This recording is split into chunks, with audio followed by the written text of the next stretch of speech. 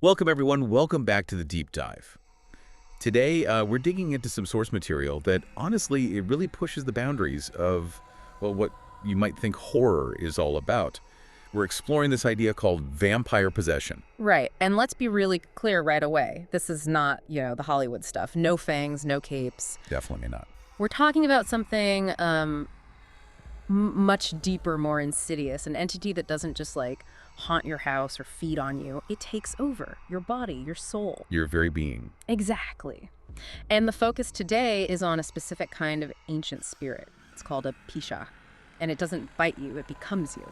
That distinction is huge. And our sources, they really jump right in, don't they? They do. No messing around. It starts with Tara's story.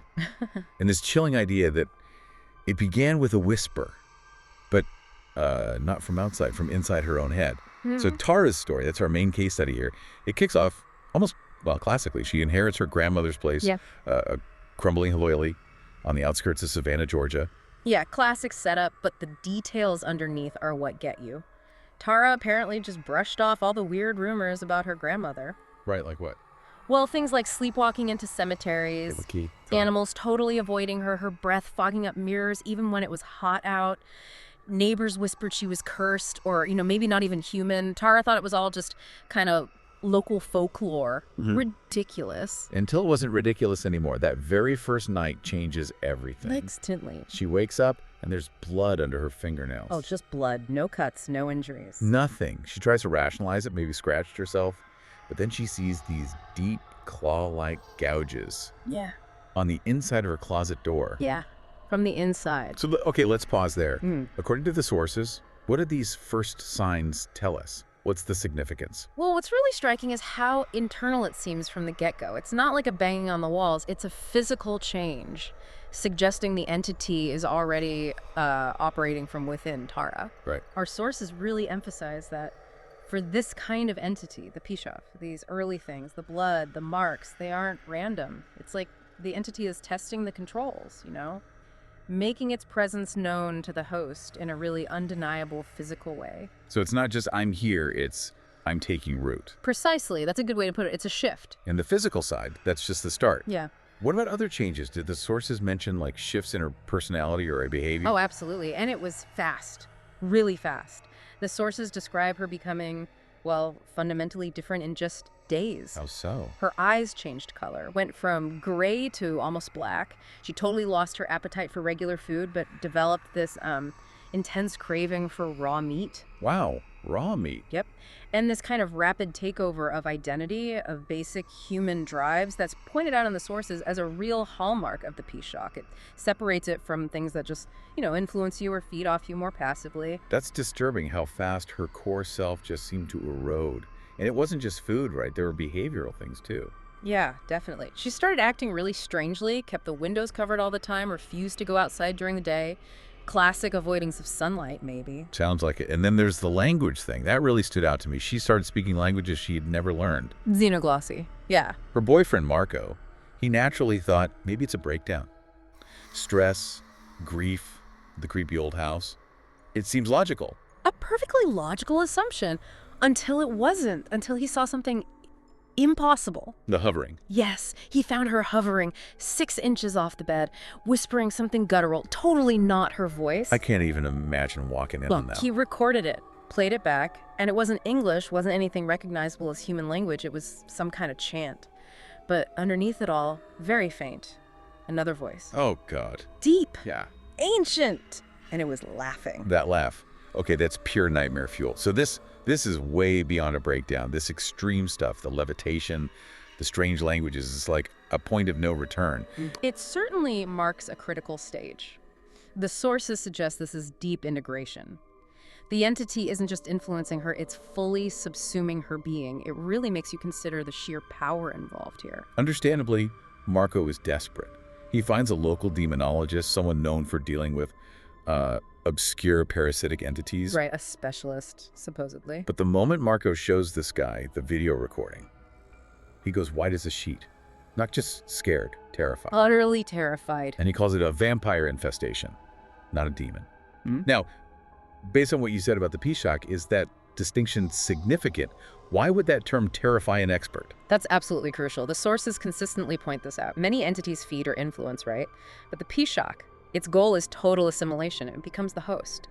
So the demonologist's terror wasn't just, oh no, a bad spirit. It was the recognition, this is a Pishach, which redefines vampire entirely. Not an external blood drinker, but an internal identity-devouring force. It's not about blood, it's about taking over your existence. Okay, so if it literally becomes you, how on earth do you fight that?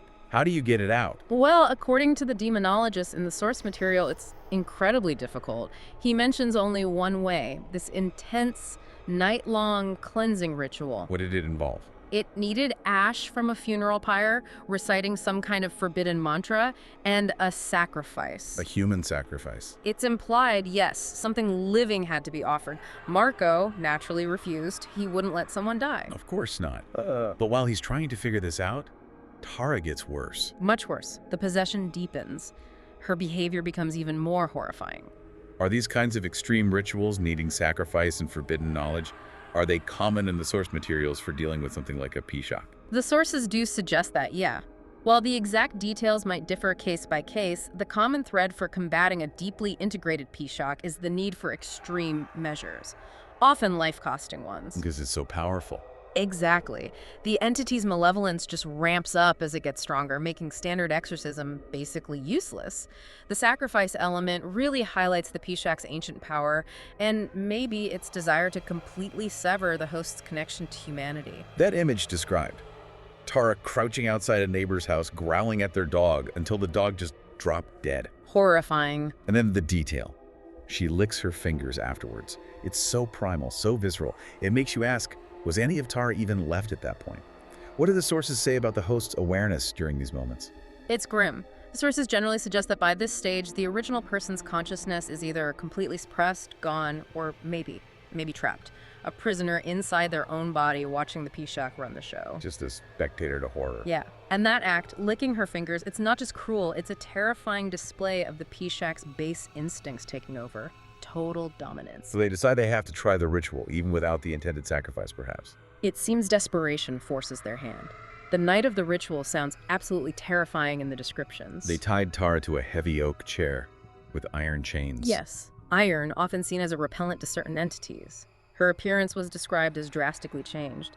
Skin pale, almost see-through, and her eyes bleeding. But not tears, just blood. Unbelievable. The demonologist starts the chanting, but the Pishach fights back hard. What happened? The sources describe lights exploding, the whole house shaking, this thick black fog rolling into the room, and Tara screaming, but not in fear, in rage, pure, unadulterated rage. And then Silence just suddenly stopped. The fog clears. Tara's unconscious in the chair, but the demonologist, he's gone. Vanished.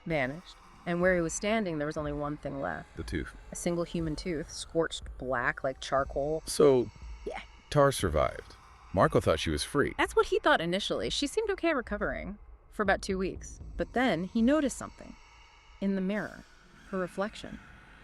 It was smiling at him, even when Tara herself wasn't. Oh, that's colder than anything else. It really is, and it speaks to this chilling possibility presented in the sources. Some possessions, especially by something like a Pishach that aims for assimilation, they might never truly leave. They just wait. Maybe the ritual pushed back, the active control, the manifestation, but the integration was so deep. The essence, the connection, it lingers.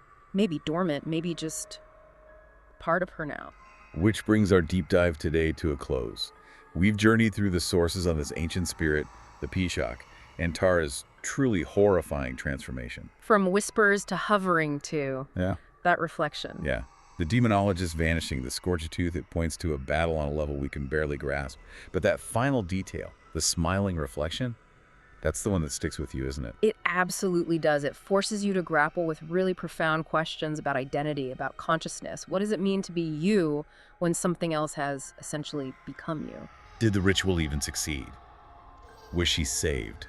That's the terrifying ambiguity. The demonologist might have banished the active presence, but if the core of the entity is still intertwined with her, is freedom even possible? Right. And that leads us to the thought we want to leave you, our listeners, with today. After digging into all this, if an entity can be quote-unquote removed, but its presence still echoes in a mirror.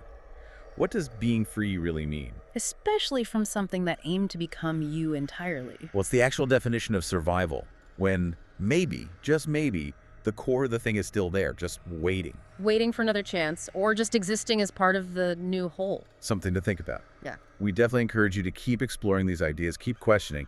There's clearly more to possession than just what we see on the silver screen.